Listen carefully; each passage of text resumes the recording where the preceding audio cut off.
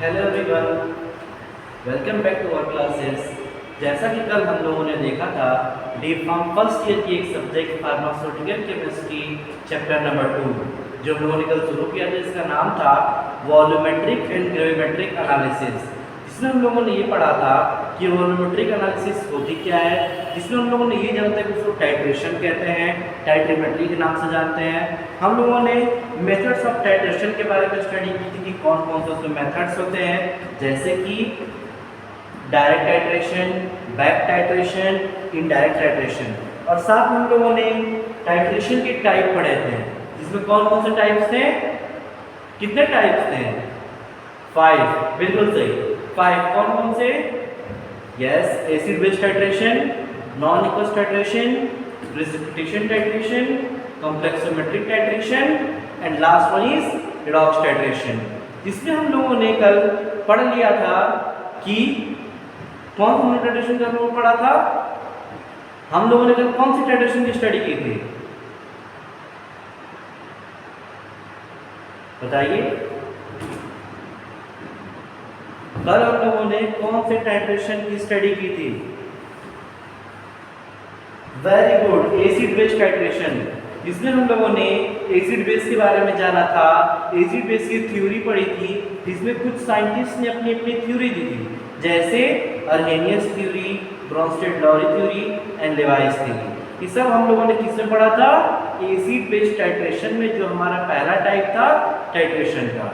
अब हम उसमें दूसरा पढ़ने वाले हैं, कौन सा? Non aqueous titration.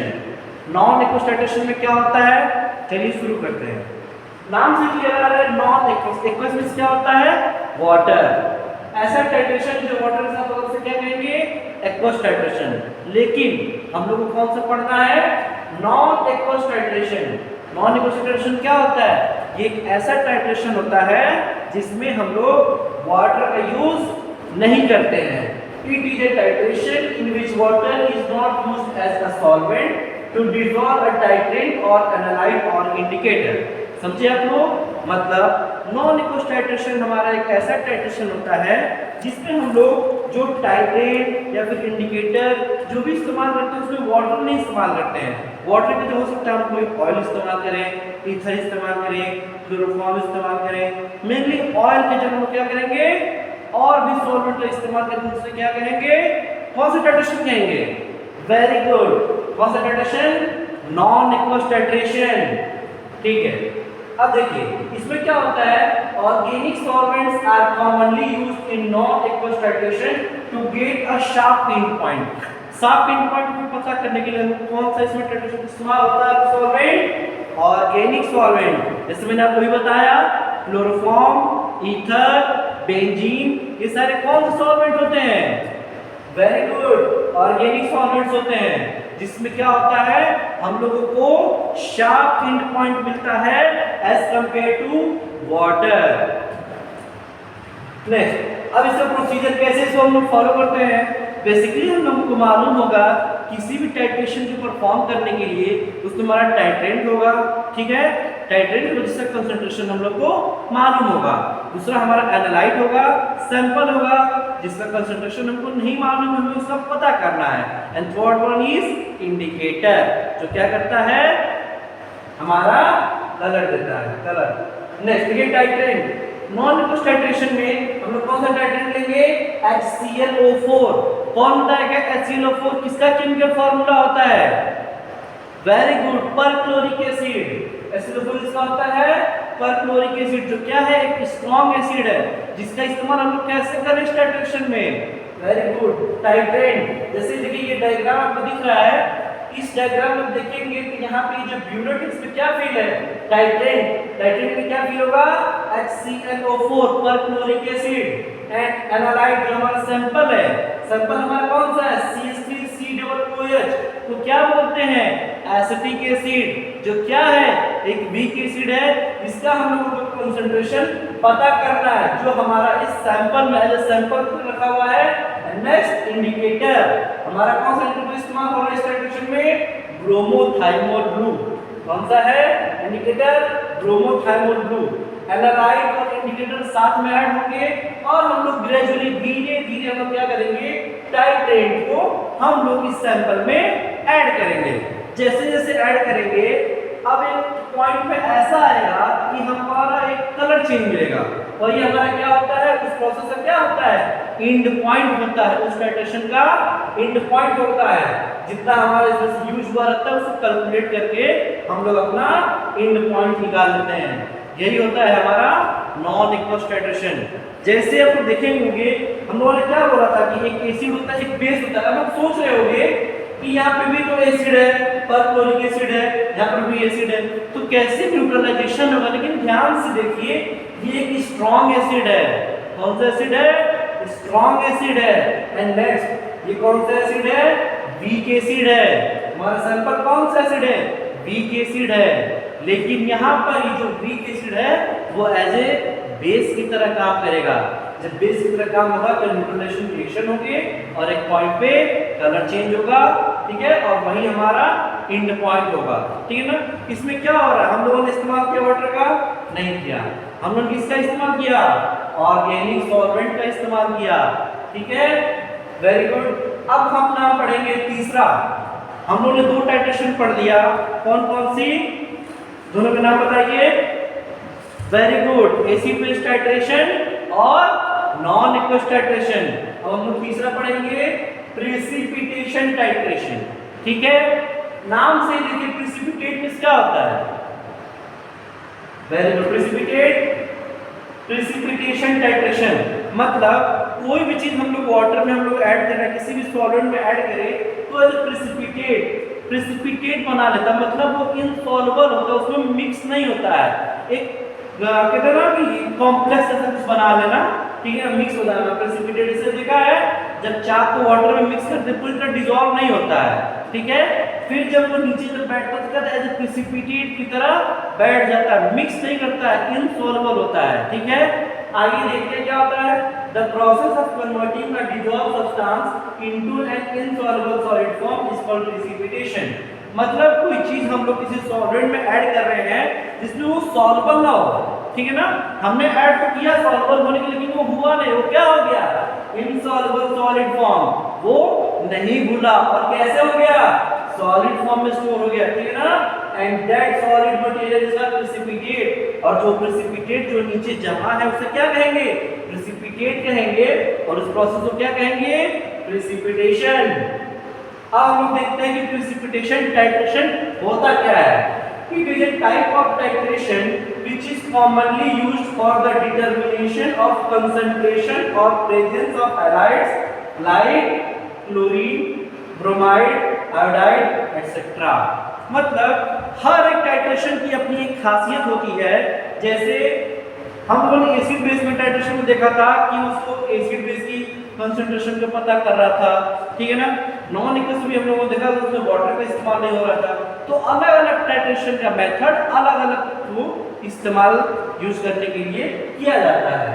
जैसे इसमें प्रेसिपिटेशन टाइट्रेशन की क्या खास बात होती है कि ये हमारा जो हैलाइड होते हैं, हैलाइड अब क्या होते हैं, आप लोगों ने केमिस्ट्री में पढ़ा होगा, हैलाइड ग्रुप होता है ना जिसमें क्लोरीन, ब्रोमीन, आयोडीन होते हैं, ठीक है ना। तो किसी भी सॉल्यूशन में जिसमें हमारा क्लोरीन, ब्रोमीन, आयोडीन या कोई भी हैलाइड सॉल्यूशन होता है उसकी कंसंट्रेशन को बताता है, कौन बताता है, प्रेसिपिटेशन टाइट्रेशन। एक क्वेश्चन है यहाँ पे, कौन बताएगा क्लोरीन का एटॉमिक नंबर कितना होता है, वेरी गुड, 17। कितना होता है, 17, जो क्या है, एक हैलाइड ग्रुप है, हैलाइड आइटम है, ठीक है, जिसका हम कंसंट्रेशन किससे पता करेंगे, प्रेसिपिटेशन टाइट्रेशन से। अब हम लोग देखते हैं कि किस प्रिंसिपल पे काम करता है प्रेसिपिटेशन टाइट्रेशन। तो क्या लिखा principle, it works on the principle of precipitation. किस प्रिंसिपल पे काम करता है, प्रेसिपिटेशन। जैसे इसमें क्या होता है, जब टाइट्रेट जब एनालाइट सैंपल से जब मिक्स होता है तो क्या बना लेता है, प्रेसिपिटेट बना लेता है, ठीक है। अब देखिए इसमें क्या होता है प्रेसिपिटेशन टाइट्रेशन में, जब हमको एंड पॉइंट डिटेक्ट करना रहता है प्रेसिपिटेशन टाइट्रेशन का, तो उसमें 3 मेथड का इस्तेमाल करते हैं। अब कौन कौन से 3 मेथड्स हैं, देखिए पहला है Mohr's method, second one hearts method, तीसरा है फजान मेथड्स। चीजें आपको कुछ नई नहीं लग रही होगी, लेकिन ज्यादा इसमें कुछ हार्ड नहीं है, धीरे धीरे आप लोग पढ़ोगे तो पढ़ने में आसानी होगी और पढ़ने में अच्छा लगेगा। चलिए एक एक करके हम स्टडी करेंगे कि मोहर्स मेथड क्या होता है, फजान मेथड क्या होते हैं, वोल्हार्ड मेथड्स क्या होते हैं। ये सारे हमारे मेथड्स होते हैं। इसमें क्या होता है, हम लोग प्रेसिपिटेशन टाइट्रेशन की एंड पॉइंट की डिटेक्शन करते हैं। पहला मोहर मेथड क्या होता है, it is a titration technique used in analytical chemistry to determine the concentration of chloride ions in the solution. जैसे हम लोगों ने प्रेसिपिटेशन टाइट्रेशन में क्या देखा कि इसमें हम लोग क्या करते हैं, हैलाइड आयंस की डिटरमिनेशन करते हैं। तो जिसमें हम लोगों ने मोहर्स मेथड पढ़ रहे हैं, तो मोहर्स में कौन सा हैलाइड आयन की डिटरमिनेशन होती है, वेरी गुड, क्लोराइड आयंस की। तो मोहर मेथड हमारा एक ऐसा मेथड होता है जिसमें हम लोग क्या करते हैं, किसी भी सॉल्यूशन में क्लोराइड आयंस की कंसंट्रेशन को डिटरमाइन करते हैं। ठीक है, इसका प्रिंसिपल क्या होता है, it involves the titration of chloride ions with silver nitrate in presence of potassium chromate as an indicator to give a red brick colour as an end point. मतलब हमारा प्रिंसिपल क्या होता है मोहर्स मेथड का, इसमें हम लोग क्या कर सकते हैं कि जो हमारा क्लोराइड आयन होता है वो किसके साथ रिएक्ट करता है, सिल्वर नाइट्रेट के साथ। किसके प्रेजेंस में, in the presence of potassium chromate as an indicator, indicator की तरह इस्तेमाल करते हैं to give a red brick colour as an end point. जैसे आप लोगों को पहले ही बताया था कि हर टाइट्रेशन में क्या तीन चीज होती है, टाइट्रेट, हमारा एनालाइट और सैंपल और इंडिकेटर। तो हमारे पास सिल्वर नाइट्रेट क्या है, क्या है सिल्वर नाइट्रेट, टाइट्रेंट है, और एनालाइट क्या है, सैंपल क्या है, NaCl, सोडियम क्लोराइड।